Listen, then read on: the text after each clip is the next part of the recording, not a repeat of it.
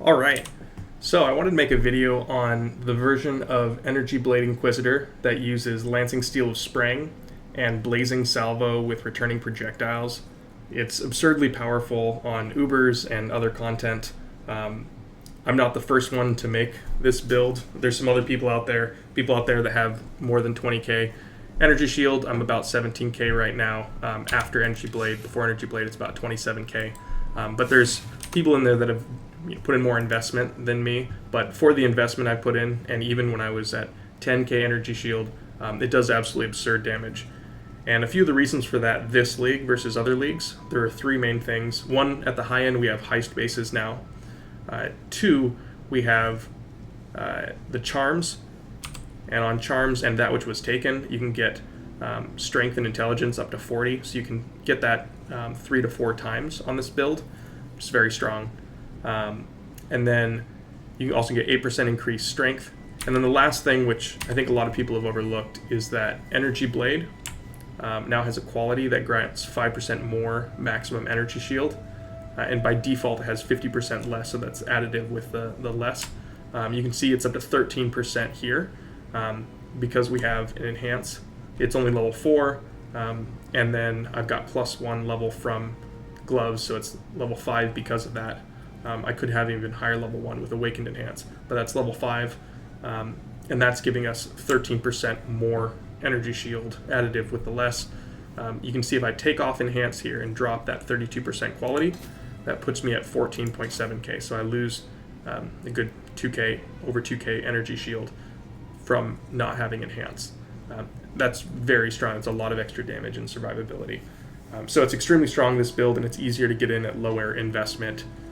And by that I mean 30 to 50 divines. It can feel good in that range, really good in that range, and then keep scaling from there to 100 divines. So I just wanted to run through some Ubers to begin with.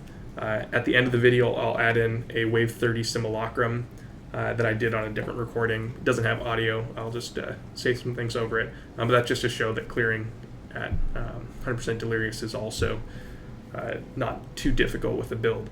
So I'll run through some Ubers, and I'll run through Feared. I'll do a build showcase of the gear I have and what's important. And then I'll show how to craft the belt. A lot of people don't seem to understand how to craft the belt. You can see here I've made 40 plus belts this league. I'm selling for all different prices, but usually the low end is 4 divines for these, and they sell pretty well. But you can make them for under 2 divines if you put in a little effort. So just wanted to show that you can build your own belt on a budget as well. So yeah, to begin with, let's do Uber Exarch here. So I have this allocated. So Uber Exarch.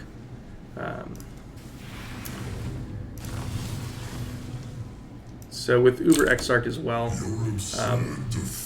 the nice thing about this build is it can tank, depending on the mods you have on it, 3 to 5 of the balls. That's a bit of lag there, but yeah, there we go. Pretty straightforward. But if I did get a ball phase, if I didn't bait out an ability there, it can tank 3 to 5 balls depending on what mods I've rolled on the map. So Uber Exarch, let's run through and do Uber Elder.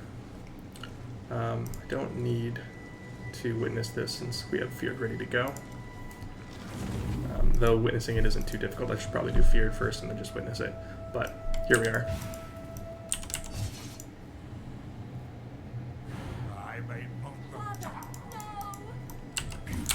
So one thing you'll note on this is we have Mana Leech, which is totally fine for all of our mana problems, in addition to a few other things on the build.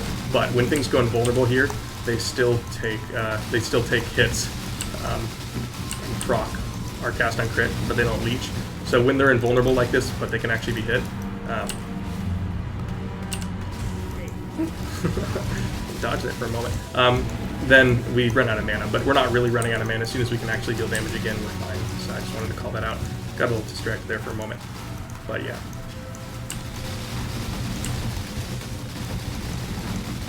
Now, if we can get past the vulnerability phases here, we phase them very quickly. So we can take a few of these as well and kind of walk into one of them there. Maybe I'll miss, but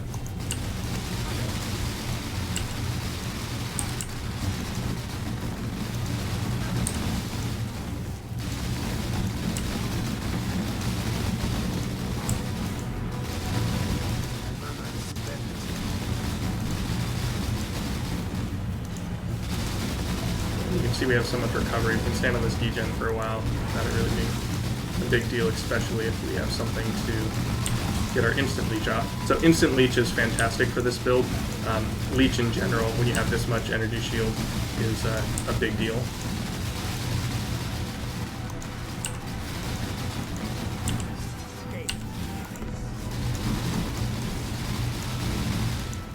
Get these invulnerability phases down. But yeah, 17k energy shield, we can leech up to 20% of that by default, so that paired with instant leech, we just get a lot of recovery as long as we have something to hit.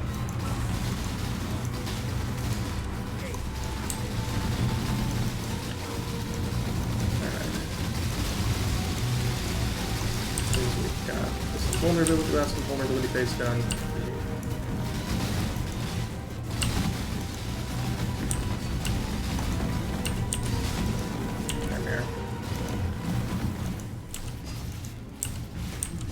So that's a slow fight just because of the invulnerability phases, but when we can actually damage them, the damage went pretty quickly. We can even shape tank Shaper's Beam for a while, so. Alright. Next I'll run through Feared.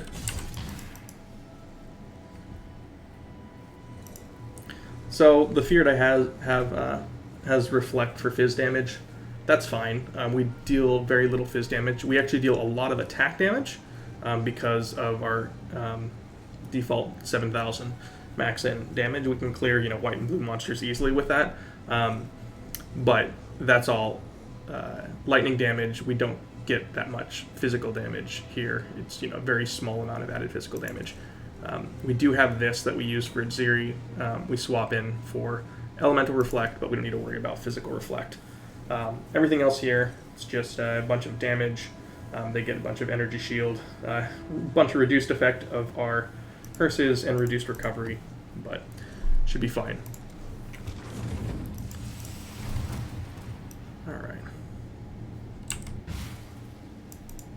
Good show.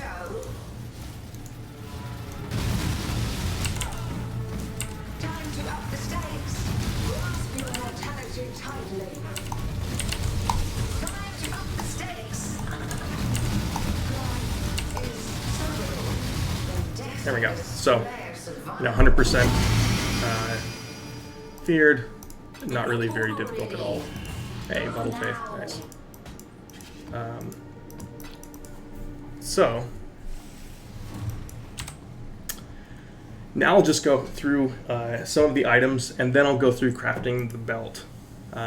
So, you can definitely start with low investment on a lot of these slots, and then work your way up. One thing that you can't easily do that on is the Helm. You need +2 to the socketed aura gems, not for your actual auras, but for arrogance. Arrogance needs to be level 22. 23 is good if you want to fit in precision, but you need at least 22 in order to fit in discipline and tempest shield. And there's not a lot of other sources of life reservation efficiency, so that is pretty important if you want to be able to run both of these. You can drop tempest shield, run something else to begin with if you do want a cheaper Helm. The rolls on it are really nice, so life mana and global energy shield are all scaling our energy shield. So it is nice to have high rolls there. Now, precision, there's no real reason to run precision unless you're running a Watcher's Eye with precision. You'll notice here, the only reason I'm running it, if I turn it off here, is that we've got, let me see if I can, it gives us there a bit of energy shield because we're reserving additional life. You can see here it's reserving an additional 60 or 70 life, and that gives us extra energy shield because of Ivory Tower. That's actually the only reason I'm running it right now. So if you don't need Watcher's Eye, you definitely don't need to run it, and you don't need as high level arrogance. I'm really just running it for that reason, to fill up my reserve more of my life. In order to run it, if you do want to run it, you're going to need to have above something like 13k, 14k energy shield in order to have the flat extra life to be able to run it. So, Eyes of the Great Wolf you can do with Astramentus. To begin with, you can get other rolls on the second. The Fizz damage reduction is nice, but not necessary. I bought this for about 15 divines, and then I used Tainted Catalyst to roll the quality to attribute modifiers on it. At the highest end, you probably do like a simplex or something, but looks like this guy wants this, so I'll just trade him in the meantime. Shield. The reason why we have an implicit here for fizz damage from hits taken as fire damage is because coruscating elixir has 20% less fire damage taken, and then of course we have capped fire res. So the two of those make that a good conversion from fizz damage. You don't need this at all. It's just a little bit of defense. You can go with a cheap shield to begin with. I bought this for about 5 divines. Gloves, we need the +1 to socketed gems here. You don't need it. It costs about 5 divines. Really good though, because it boosts enhanced level, and that gives you a lot of extra energy shield. Yeah, it's a huge deal. If I take out enhance again, you can see how much difference I have in the energy shield. Boots, I've just got some chaos res on here. Nice to have a little bit of chaos res so you're not completely uncapped. Not really necessary. Can do other res if you need other res, or get higher rolls on strength and int. I just haven't really bothered. The important thing here is the cooldown recovery rate though, and that can be gotten on any otherwise uninfluenced boots. With Eater, this is just the lesser roll. You basically need to get to 52% to get the huge damage boost. We do that by doing Awakened Cast on crit here. You can see it's giving 31% cooldown recovery. That's from a level 5 with 3 extra levels from this +3 to level of all critical support gems. So that's 31%. And then I'm getting at least 16% from my belt. In this case, it's 20. It doesn't really matter too much, but it needs to be at least 52%. So you can do level 5 cast on crit, at least a T1 CDR is min roll 16, and then the lowest level cooldown recovery works on this. You can do a higher cooldown recovery on this. You could get a corrupted +1 on cast on crit with a crafted version of cooldown recovery. That would also totally work. But you just need to hit 52% for the big damage increase. Rings real quick. This is just attributes, life, resists, and then some negative to mana cost. Few divines. The higher end is the helical ring. This I spent like 15 divines on. The rolls aren't even that crazy. They're decent, but the base itself costs 10, 12, 15 divines by itself anyways. So eventually I'll get a better one. You can always use Calander's Touch to mirror your rings if you get a really good ring. But you can definitely make do with 1 to 2 divine versions with just some stats, maybe some resistance. All right, so the last major piece of gear here is the belt. What is important here is the 10 to 12% increase attributes, which goes up to 14 with quality, and the cooldown recovery. You'd also like a suffix for strength and intelligence or strength. Life and energy shield as prefixes are also nice. The mana is kind of decent here as well because we're using a Watcher's Eye to scale mana as energy shield. So I just want to really quickly show how to make one of those. You essentially, if I go here to craft, just grab a belt like this, belt like this. So if you just want a Shaper influenced Stygian Vice, that's all we care about here. Just a Shaper influenced Stygian Vice. Then this goes for about 100 C, more or less, depending on if people have been buying them up. You put 4 catalysts on for attributes, then you type cooldown and you spam alts on it until you get 16 to 20% CDR. This is like 100 to 200 alts. Doesn't usually take that long.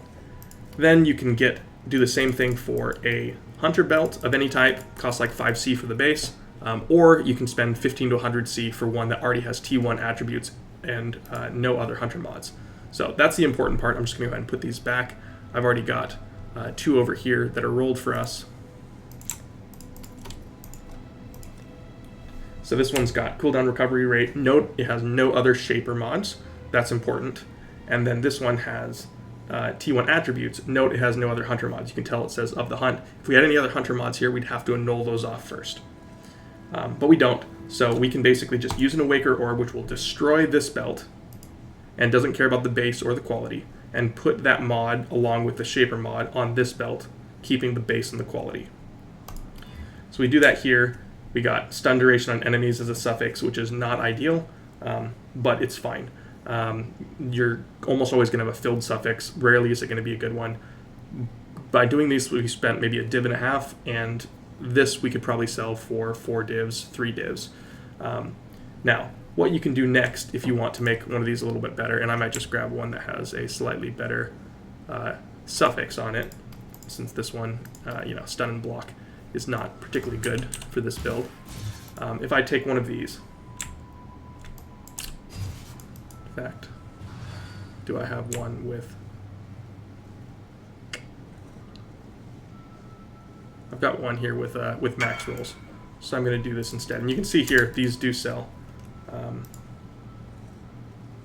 So I'll just go ahead and sell this one real quick. But created a lot of these do sell. What we're going to do to the other one we just pull out is we're going to craft suffixes cannot be changed. And then the reason I grabbed this one is because it has a max roll on attributes, so we don't have to divine it. So we craft suffixes cannot be changed. So this takes the craft we've done that cost a little under 2 divs to costing 4 divs. So suffixes cannot be changed. And then we're going to go to the Hoarder crafting station and we're going to type crit here. We're going to reroll crit. So it's going to keep the suffixes. And then it's going to reroll crit, which gives us gain a flash charge when you deal a critical strike. And then we can just craft life until we get a decent roll. Good enough. And then I'm just going to exalt it. There.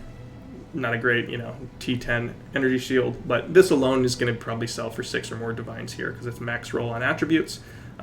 Flash charge when you get a crit is amazing for this build since it makes sure we have full uptime on flash, which we already are decent on. But yeah, that's how you create belt.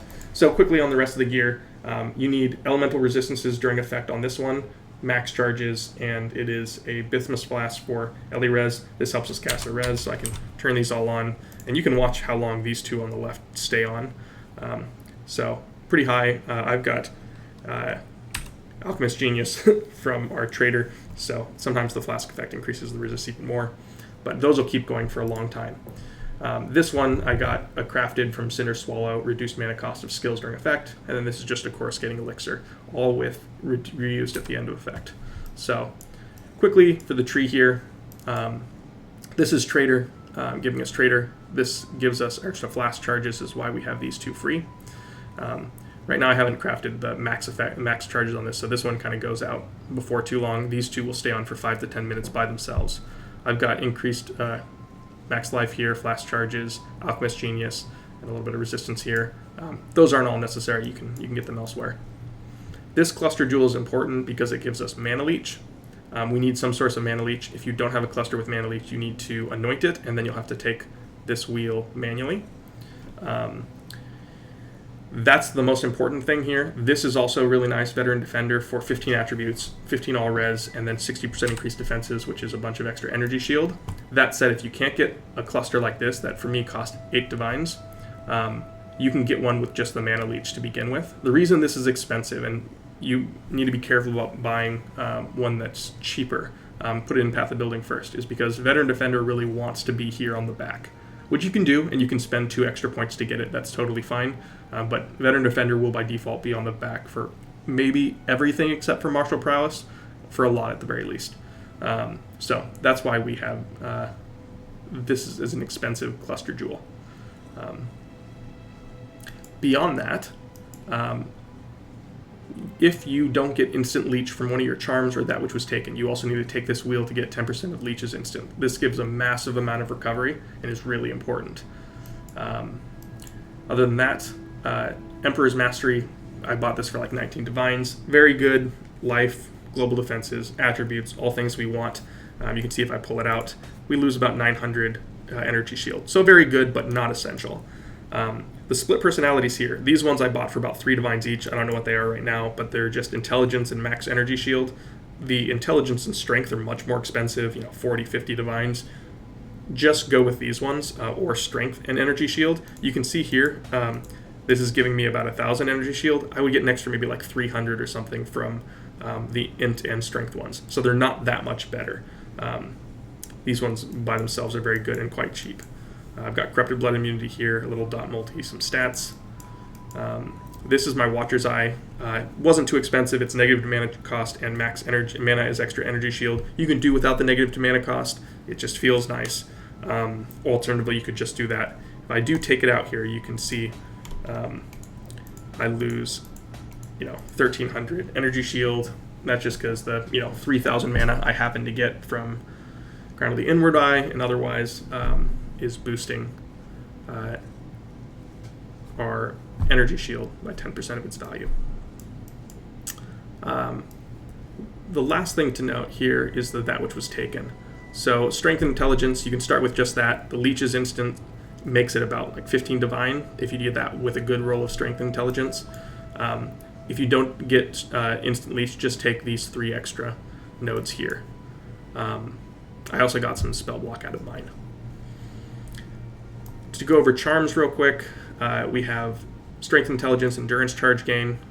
Endurance charge gain is usually up on mapping, always up on mapping really, just not up on bosses. It's nice to have, not essential. You can also get 8% increased strength as a suffix instead. This is strength, intelligence, and culling strike for the 10% more that culling strike gives you. This one is really about frenzy charge on hit. Frenzy charge on hit is a dex only charm, so we can't really pair it with the strength in it and dex. So that's why I've got the 2% of energy shield on kill, which makes juice mapping and simulacrum feel really nice in addition to our other recovery. But really it's the frenzy charge on hit giving us 12% more damage and 12% increased attack speed. You're in general not too worried about attack speed on this build, but being able to get up a bunch of your projectiles quickly is nice. So that is really it. The last thing is we don't care about our weapon, so we just use any one-handed weapon here with a Ghastly Eye Jewel. You can see here the weapon has one abyssal socket. Everything else on it is ignored as soon as we turn on our energy blade. So I'll go ahead and show the Wave 30 Simulacrum and leave it at that. Take care.